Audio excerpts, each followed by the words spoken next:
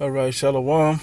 Start first by giving all praises and glories unto Yahweh, Bahashem, Yahushai, Bahashem, Harakah Kodash. Double honors to the apostles and the elders at the great millstone. And greetings, salutations, and blessings unto the elect. Shalom unto you. So this will be a separate video, but almost like a continuation in meditation or in thought that I was having. Which was the thought was Yahushua lit the path. Well, to be more acute about it, I did the first video in the light is Yahushua's word, okay? Which he embodies the word. We should understand that already. But I think I went through that in the video. But now this video more so will be on the path. You know, on the path itself, all right, and how this word will light that path. So let's get it. Psalms 119 and 105. Get right there. 119, 105 says, "Thy word is a lamp unto my feet and a light unto my path." And if you look here on this, I found this lamp post at my son's camp, and it had this. It said, "His word is a light unto thy path. The Lord, Yahweh Ba'ashim Yahshai, is the light."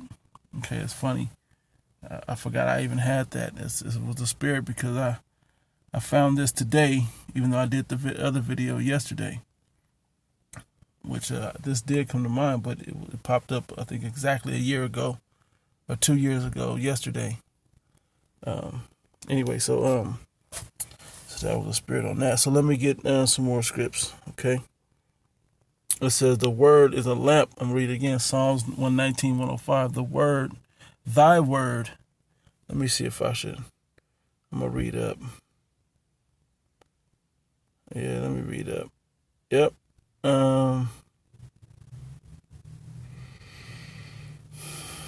I started 99. It says, "I have more understanding than all my teachers, for thy testimonies are my meditation. Yeah, that's what we do. Those that come before us, that those that are written in the aforetime, they're written for our learning.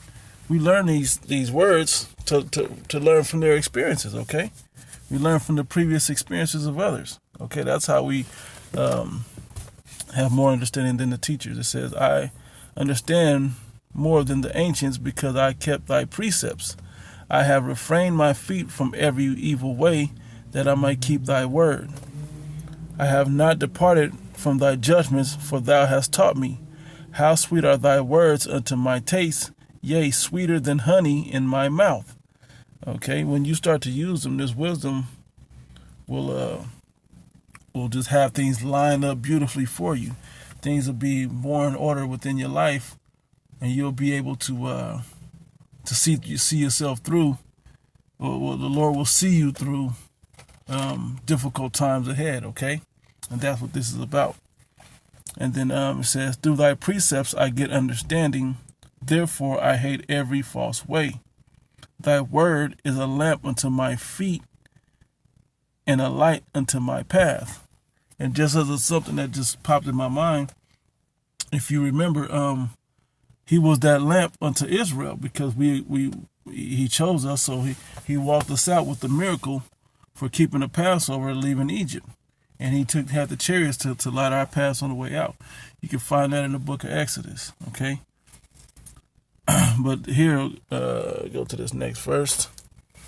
We'll go to Proverbs, the 3rd chapter. So the first verse said, "My son, forget not my law, but let thine heart keep my commandments." And the law is the word, okay? And the word is what lights the path, okay? It says, which, like I said, the embodiment of the word is Yahushua. It says, "For length of days and long life and peace shall they add to thee."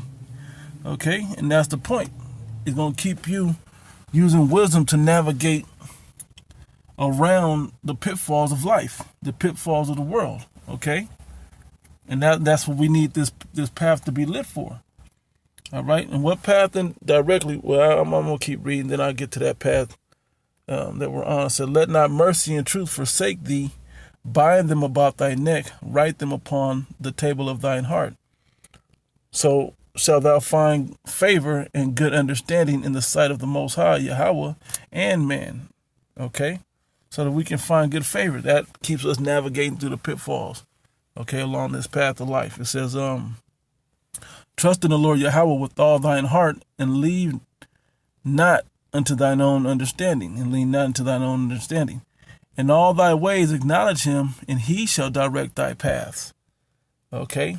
Because the Spirit from Yahweh Ba'ashem Yahshai Ba'ashem Harakak will guide you along this path. Okay? Watch out over there. You know this woman has nothing good for you. You know walking down this dark alley has no good ending to it. You know taking this, eating that, doing this and that has nothing good for you. Okay? Or through wisdom, you learn that this is a good experience. Remember from the book of such and such, or the time of such and such, that this was implemented, or this was used, or this was done. This is how beautiful this word is for us. Okay? So let me go to this in Matthew right quick, because I got to show the path itself. I always like this one in Matthew, the 7th chapter. Start up at the 13th verse.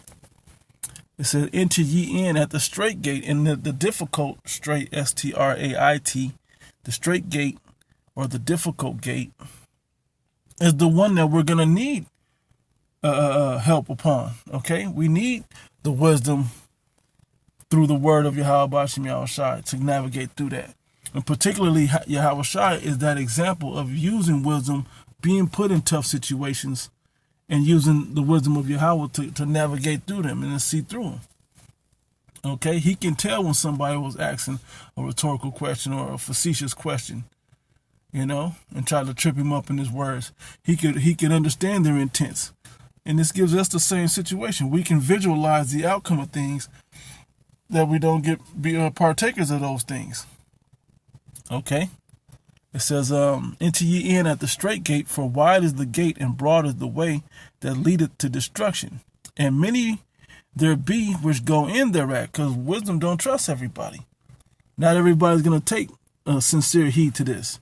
And the more heed we take to this word, to the way that Yahweh Shai walked, to the way that the apostles and the disciples end up, were walking, the more examples we have, the prophets and all that, the more examples we have of what we should do. All right?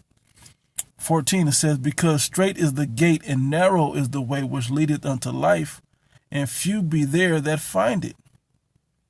Okay? Because straight is the gate and narrow is the way that leadeth unto life, and few be there that find it. Now, let me go real quick. This was not on the list, but how this works. Start up a bit. Let me see.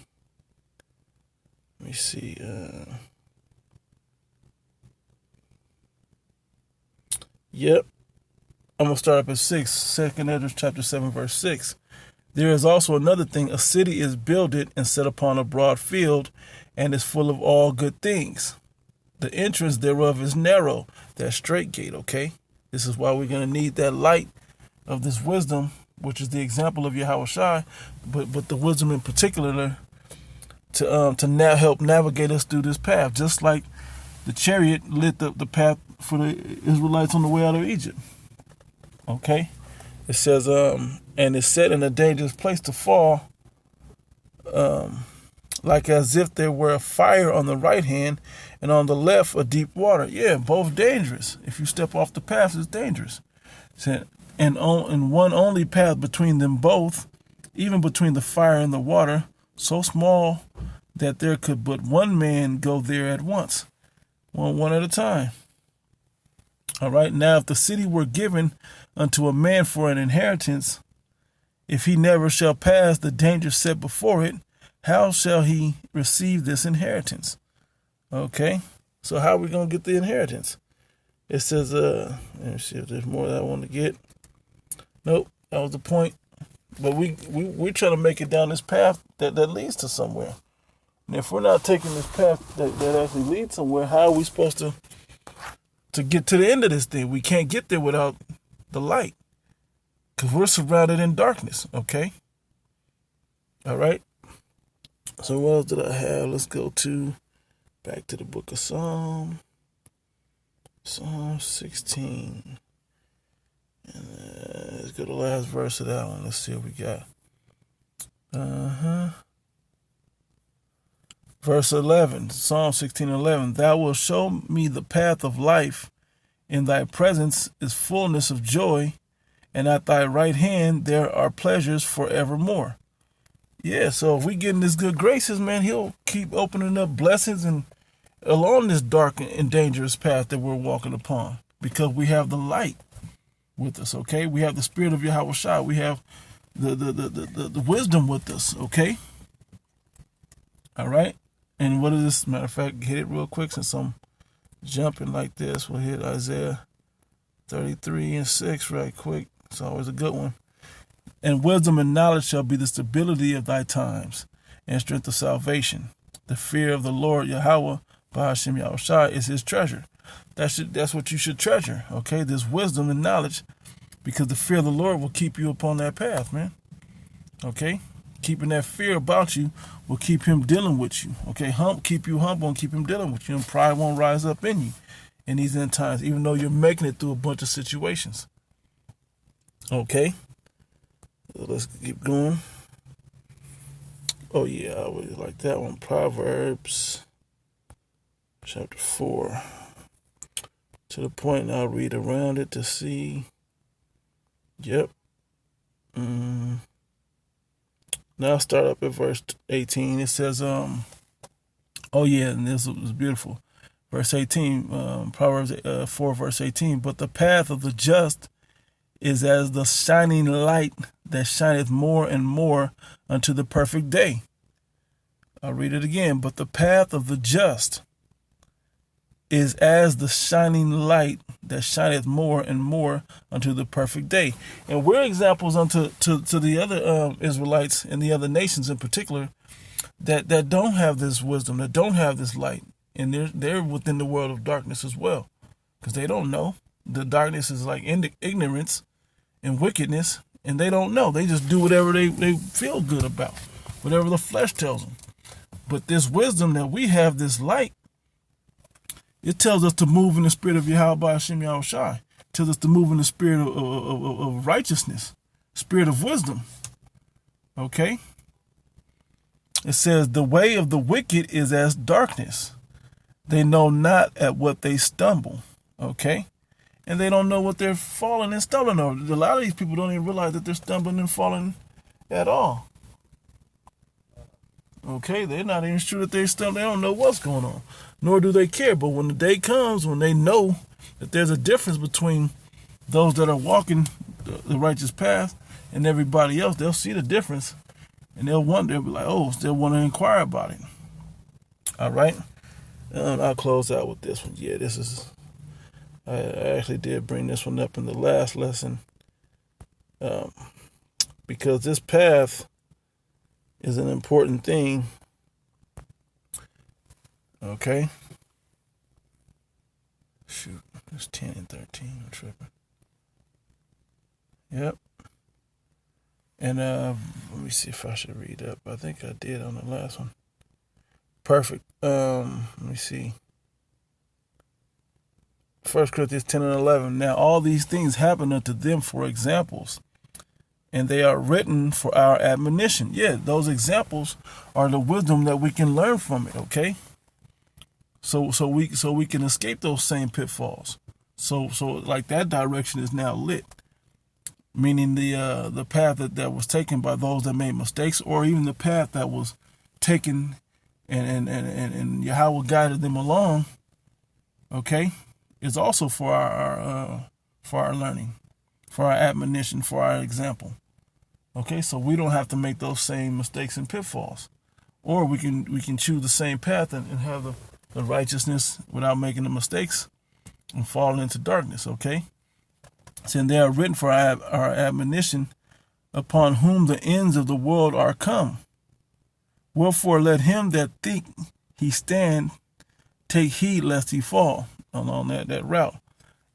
there hath no temptation taken you but such as is common to man. So you're going to deal with things on this path that are common to every man upon the earth. Okay? And in the times we're living in and the times that we're coming into, yeah, there's going to be some crazy sights, some crazy things, but there's examples that are written in the scriptures and in history even of these things happening. But the scriptures and the wisdom of it will light the path on how to deal with those situations. Okay, something like a coronavirus, hey, you got to stay washed up and germ-free best you can. You have to stay with certain herbs and teas. You know, certain natural cures you have to practice. Okay? Biggest thing is faith, though. All right? Got to keep your faith going, man. None of this happens without faith in Yahweh Ba'ashem Yahushua. All right? Jesus ain't going to work on this one. He never has worked, and he's definitely not going to work on this one. You need the faith and power of Yahweh Ba'ashem Yahushua. All right? It says, but which is common to men, but the Most High Yahweh is faithful, who will not suffer you to be tempted above that ye are able. Okay, that you'll be able to handle it, man, especially with the wisdom of Yahweh Ba'ashem Yahushua. They'll navigate you through and around and over and, you know, all of these situations.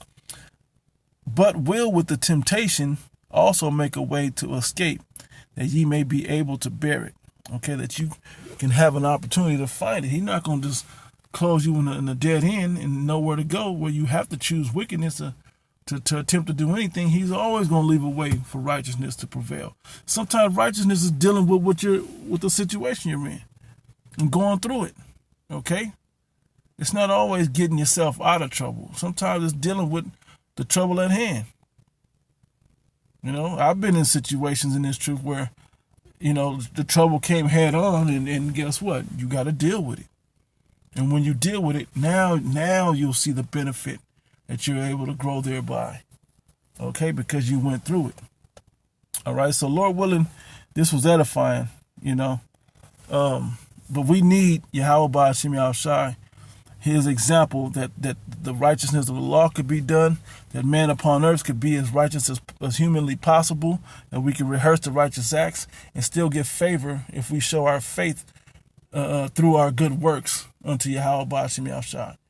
Okay, that he would save us in the time of Jacob's trouble and in the hour of temptation, so on and so forth. Matter of fact, let me see. Not sure what that says exactly, but I'm gonna get it. Revelation 3:10. Yep. It says here, because that Revelation chapter 3 verse 10, because thou hast kept the word of my patience, I will also keep thee from the hour of temptation. Yeah, with his light, with his wisdom. Okay, he's gonna show us how. All right, he's gonna feed us when we're hungry. We're gonna give us drink when we're thirsty. Okay, things like that is not going to happen for everybody. But that's that wisdom, that's that light. Here's a quick example. John the Baptist ate locusts. So all them locusts that's running through Africa and the northeast back over there of the Middle East, that's running through northern Africa and all that over there, hey, them people could be eating that, them locusts. But they don't know. That's nothing that just sounds easy, but I'm saying if John the Baptist did it, that's an example unto us. That's an example of the light and the wisdom that we can use. So if we get hit with a heavy locust infestation here in America, hey, guess what? We can survive off of that. All right? Something to consider. You know, not just how things line up. How the Spirit will always give you a way out. Then people got a way out not to deal with that famine. Okay, even though he's not particularly dealing with the other nations, but the Israelites that's scattered amongst those, if they had this wisdom, they'd be able to navigate through these situations. So anyway, Lord willing, this was edifying, giving all praise and glory unto Yahweh Ba'ashem Yahushua Ba'ashem Harakah Quadash. Double honor to the apostles and the elders at the great millstone. Greetings, salutations, and blessings unto the elect. To the next one, Shalom.